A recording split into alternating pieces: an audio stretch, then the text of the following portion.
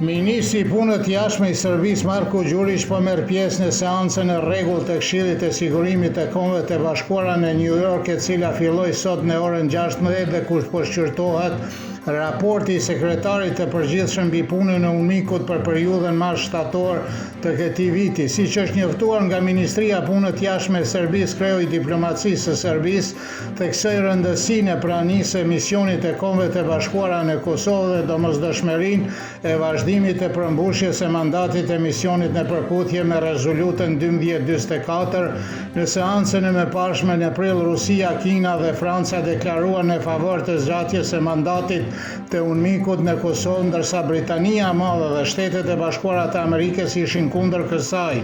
Qeveria e Kosovës përfaqësohet në mandatin teknik në seancë nga Ministrja e Punës të Jashtme dhe Diasporës Donika Gërvalla Shvarc.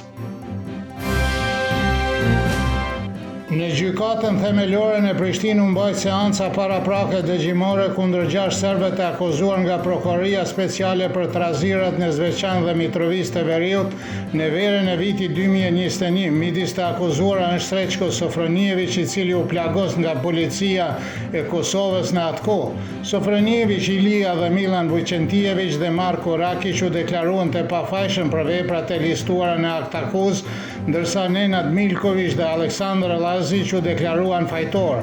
Avokati Nebojša Vlajić thotë se nuk e kupton se pse po zhvillohet fare ky proces penal, në vend që se ata që qelluan Srećko Sofronijevićin të jenë në bankën e të akuzuarve. Gjykimi për rastin Banjska, cila po zhvillohet kundër Dušan Maksimovićit, Vladimir Tollićit dhe Blagoje Spasojevićit, do të vazhdon para Divizionit Special të Gjykatës Themelore në Prishtinë. Megjithatë, dëshmitarja D.A., cila duhet të dëshmonte sot, nuk u paraqit në seancë, kështu që një seancë e re u caktua për 27 tetor. Seanca e djeshme me kërkesë të prokurorit u mbajt me dyert e mbyllura. Maksimović, Tollić dhe Blagojević akuzohen për sulm ndaj rendit kushtetues dhe sigurisë së Kosovës e terrorizëm dhe janë vetëmit nga 45 të akuzuar që janë në dispozicionin autoriteteve gjyqësore.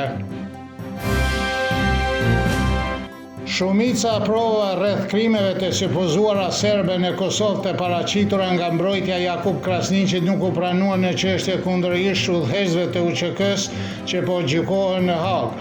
Shkruan Nacionale, gjyqtarët vendosën kështu duke theksuar se këto prova janë krejtësisht e parëndësishme për procesin kundër Hashim Thaqit, Jakub Krasniqit, Kadri Veselit dhe Recep Selimit në Hag.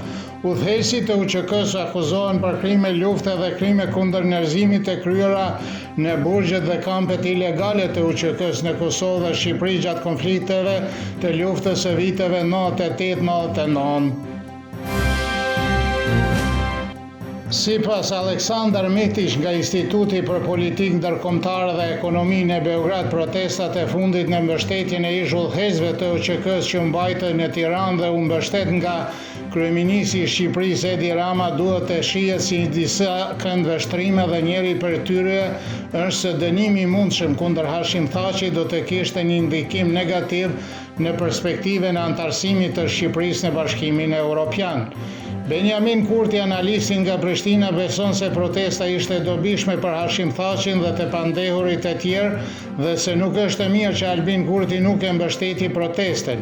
Ministrja e Jashtme e Shqipërisë Elisa Spiropali thotë se deklaratat politike të lëvizjes vetëvendosje në lidhje me mbështetjen e Edi Ramës për themelimin e gjykatës speciale janë të panevojshme, të papritura dhe të padëshirueshme dhe se ato nuk duhet të pengojnë marrëdhëniet midis Shqipërisë dhe Kosovës. Analisti nga Tirana, Dritan Lajqi, thotë se protesta në Tiranë ka shkaktuar një përqarje të re midis Albin Kurtit dhe Edi Ramës dhe se Rama ka nevojë për UÇK-n për të forcuar besueshmërinë e tij patriotike. Komisioni Qendror Zgjedhor përfundoi numërimin e votave të marra nga diaspora, por vazhdon me rinumërimin e 5 qendra votimi bazuar në vendimin e panelit zgjedhor për ankesa dhe prapashtesa, raporton Gazeta Express. Sipas zëdhënësit të Komisionit Qendror Zgjedhor Valmir Elezi, Procesi i numërimit të votave të diasporës përfundoi të hënën rreth mesnatës në qendrën për numërimin dhe rezultatet. Pas numërimit të fletë votimeve nga votimi me kusht dhe votimit të personave me nevoja të veçanta, Komisioni Qendror Zgjedhor do të jetë në gjendje që të shpallë rezultatet përfundimtare të rundit të parë të zgjedhjeve lokale.